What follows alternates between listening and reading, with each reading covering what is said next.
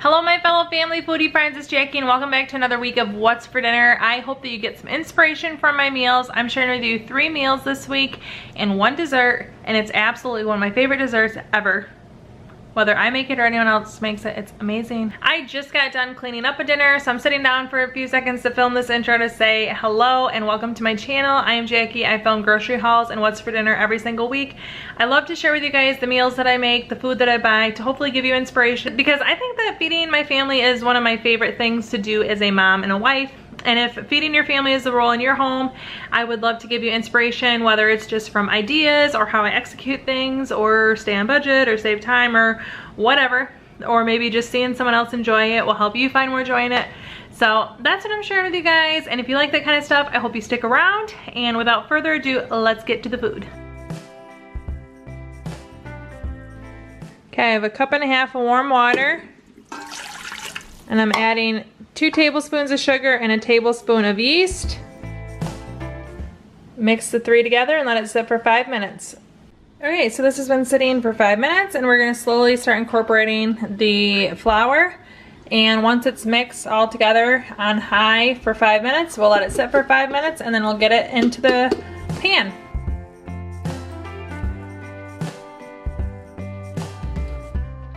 That was going for 5 minutes, so we will let it rest. Okay, so after that's been sitting for 5 minutes, I am pouring this melted butter directly onto the pan. You know something's gonna be good when it's sandwiched in between 2 layers of bread, because as soon as the dough is spread out on here, that's getting melted and poured right on top. I mean, hello delicious. And then the Parmesan, garlic salt, parsley, that is going on top as well. And mozzarella cheese. And now it'll sit here for another 2 to 3 minutes.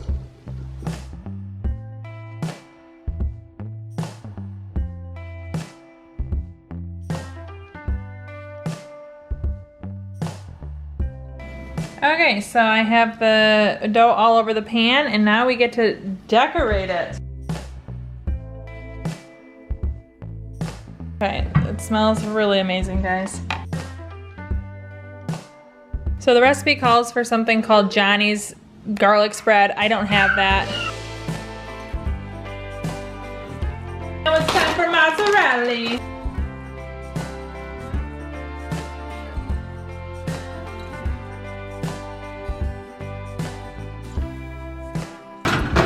I'm baking them for 10 minutes at 170. Okay, so my first timer went off, and I am now bumping up the heat to 350 and baking for 12 more minutes. So I pulled out 2 pounds of spaghetti from my pantry, and the cut green beans were from my pantry, so these are 2 items that I get to use. And then we actually have 2 sauces that my mother-in-law made this weekend and sent home with us as leftovers. We had a family dinner, and that was what made us have this dinner within the week, was we had a bunch of pre-made sauce. So rather than let it go to waste, we are using not whipped cream, but a meat sauce and like a creamy Alfredo that my mother-in-law gave us. Pantry win. Okay, so these came out of the oven. I actually left them in on warm a little bit longer, but they smell amazing. Seriously, these are delicious. I'm like in love.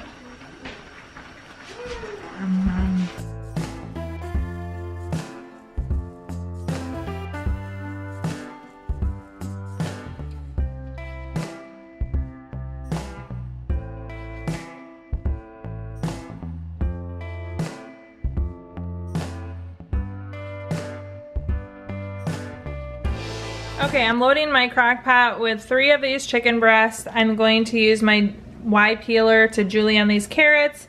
I have all the spices in here. My carton of chicken broth is only 4 cups, so I'm also adding a cup of water and a chicken bouillon cube. And then I'm going to add a tablespoon of minced garlic, all into the crock pot for 6 to 8 hours. And we will make the rest of the soup later.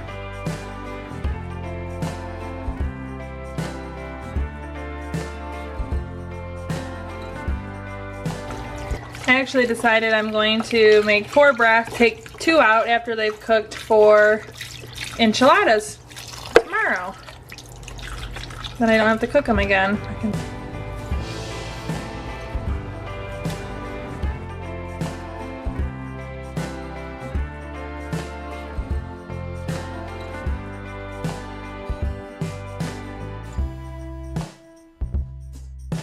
The chicken's been going almost 6 hours. I'm just gonna check it.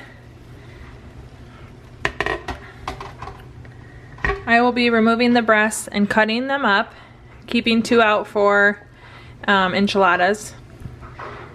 And then we'll get to add the goodies. So I'll show you that. But I will be eventually adding in a pound of gnocchi. I got this at Aldi quite a while ago. It expires this week, so I needed to use that up from my pantry. 2 tablespoons of cornstarch to make a slurry. Just over a cup, I actually did closer to 2 of spinach. And half and half, I have a cup here. So this will be added at the end after I dice the chicken. And it needs to cook for half an hour with the gnocchi. And the cream and the spinach can be added not too long before we serve it.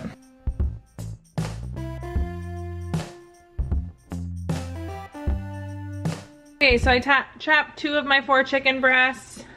They're going in the soup, and we'll add the other stuff. Okay, before we add the cornstarch and half to the soup, we're making a slurry out of it.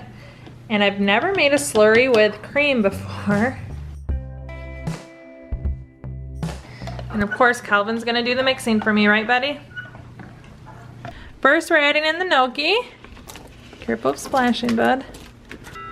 And now we're gonna add in the half and half slurry.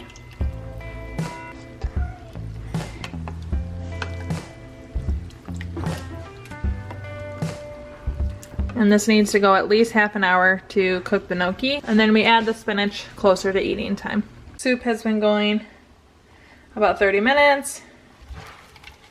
Adding the spinach. We're still not gonna eat for a while, but I'd rather have it done so I can go do stuff with my kids when they get home from school. I have everything bread from Walmart. This was the last minute addition to my shopping today.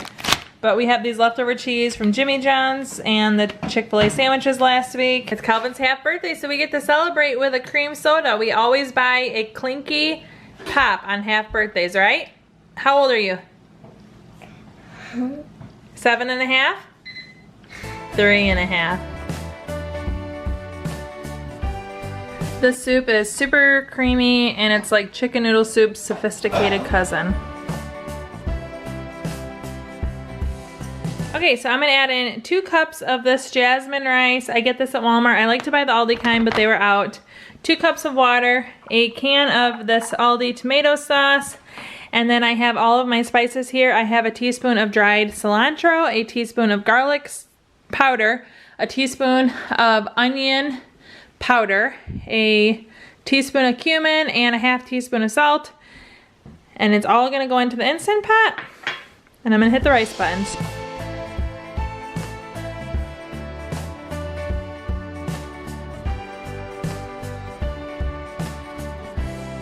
Rice button, walk away, and then it's perfect rice. I'm making these mini chicken tacos from Trader Joe's. You just empty them onto a sheet, bake according to directions, and then I'll serve it with salsa, guacamole, beans, sour cream, and the rice. The rice is fluffed and muy delicious. Okay, we also pulled this from the freezer. It has a June date from last year. Still good. It's been frozen this entire time. Pulled it out last night. Pineapple we had in the fridge.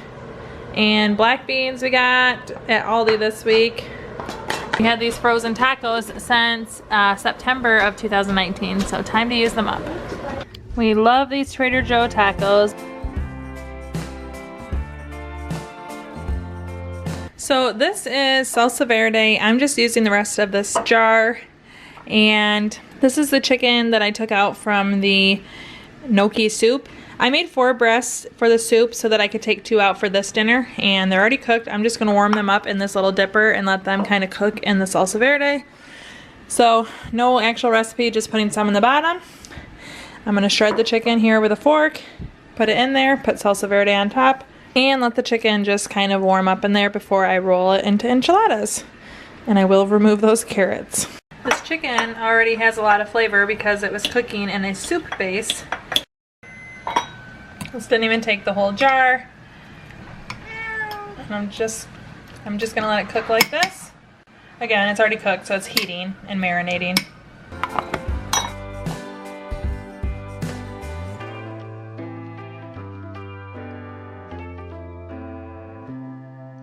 Black beans with some cumin, garlic salt, onion powder, and salsa. Milk, cumin, garlic salt, and onion powder. Really simple cheese sauce. Guacamole is much easier to thaw if you just stick it in the fridge the night before, but when you forget, like I did, you can just stick it in a warm bath and it will thaw pretty quickly. Okay, so these enchiladas are going to be some vegetarian, some chicken. I have flour tortillas. I'm going to put a little bit of leftover rice from our frozen taco dinner earlier this week. And then the meat ones will have this salsa verde chicken, and the vegetarian ones will have the spiced up black beans. I'm gonna have separate dishes. These are greased pans. So I'm gonna assemble them and then I will cover them with the white queso.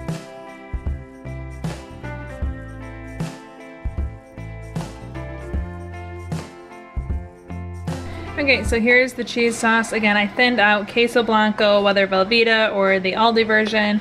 Added some cumin, onion powder, garlic, salt, and I thinned it out quite a bit so that it pours like a sauce instead of a dip. I didn't measure anything, but you just kind of add milk until you like the consistency. And then I'm just putting it kind of on top here. I'll use a spatula here in a moment to help spread it.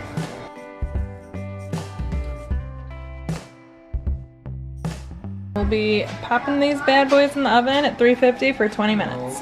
Grapes, pineapple, salsa, chips, onion, guac, lettuce, sour cream. Basically a build your own plate type thing. So I like to load all of my enchilada with the fresh ingredients. I'm having black beans. I've also had the chicken. Both are very good.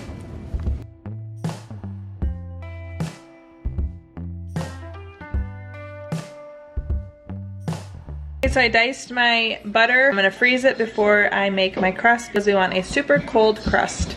Okay, I'm gonna pulse in the food processor my flour, salt, and butter, and then I'll slowly add in 1 tablespoon at a time of water. Pretty close. Now we're gonna put ice cold water, 1 tablespoon at a time, in.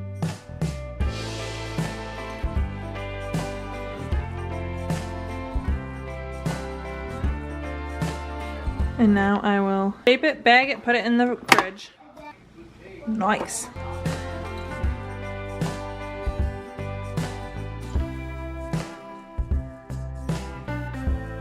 This dough feels like Play-Doh, which is perfect. And it's gonna go in the fridge for at least an hour, but it's so pliable.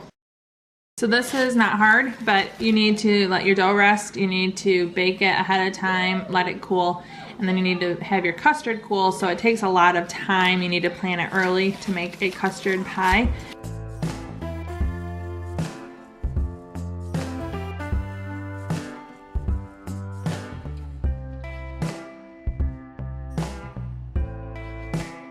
I let my dough sit in the fridge for at least an hour. Mine actually ended up sitting closer to like 3 hours. And then I let it sit out for a few minutes so it was not rock hard. And then I slowly rolled it, and I'm not trying to go for a fancy crust. I just wanted it to get in there. I'm gonna give it a few pinches.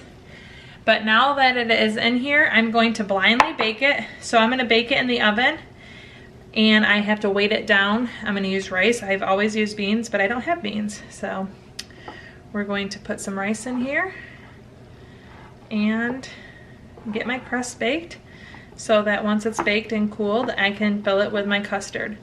You have to blindly bake crusts, obviously, that you don't bake the filling.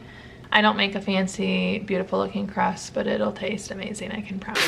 Parchment paper. And since I kind of feel like this is a waste of rice, I'm just gonna save this, and the next time I make a crust, I will just have rice that I always use for blind baking. I'm gonna bake this at 400 for 15 minutes, then I'm gonna remove the rice and bake till it's golden brown. 3 yolks. I'm gonna empty a can of coconut milk and then fill the rest of the 3 cups with heavy cream. So together I have 3 cups of a milk. And believe it or not, the coconut and the coconut milk are from my pantry, so this totally fits with my pantry meals for the week. Coconut extract is on its last leg, so I'm just letting it drain, and then I'm gonna use a teaspoon of vanilla extract.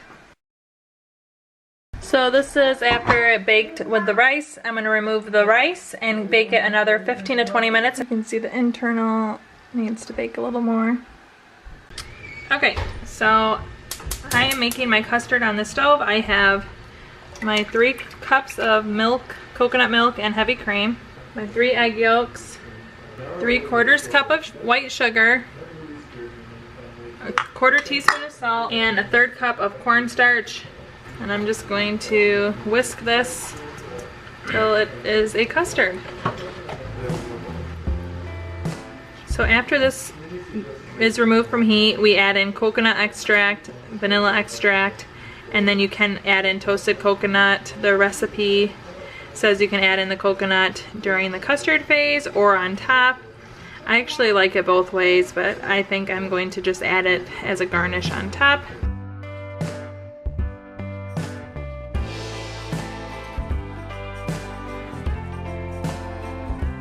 Crust is done. You can see it's nice and golden. I did check the bottom. It did inflate a little bit after I removed the rice, but I never want to poke because I don't want my coconut to go through. So I just kind of deflate it myself once it's out. It's nice and cooked, and we can add in the custard. I did let the custard cool a little bit. You can see it's starting to harden a little bit more. I'm gonna refrigerate this for at least a couple hours, and then we'll top it with some homemade whipped cream and toasted coconut.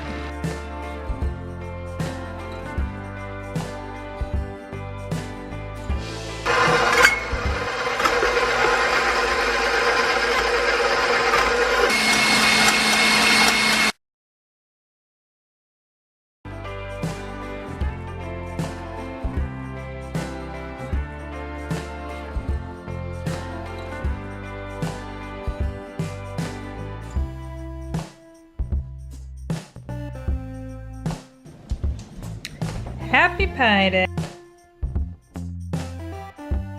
My favorite pie to make and to eat. And I'm so excited to go eat this with a giant cup of black coffee. If you like What's for Dinners and you're looking for some more fun inspiration, you should check out my week of fast food eats where I make everything from a Big Mac salad to a cherry turnover from Arby's. And if you like that kind of stuff, I think you would really enjoy my week of fast food eating, linked right here. So go check it out and I'll see you in that video. Thank you so much for watching. Ciao down and ciao.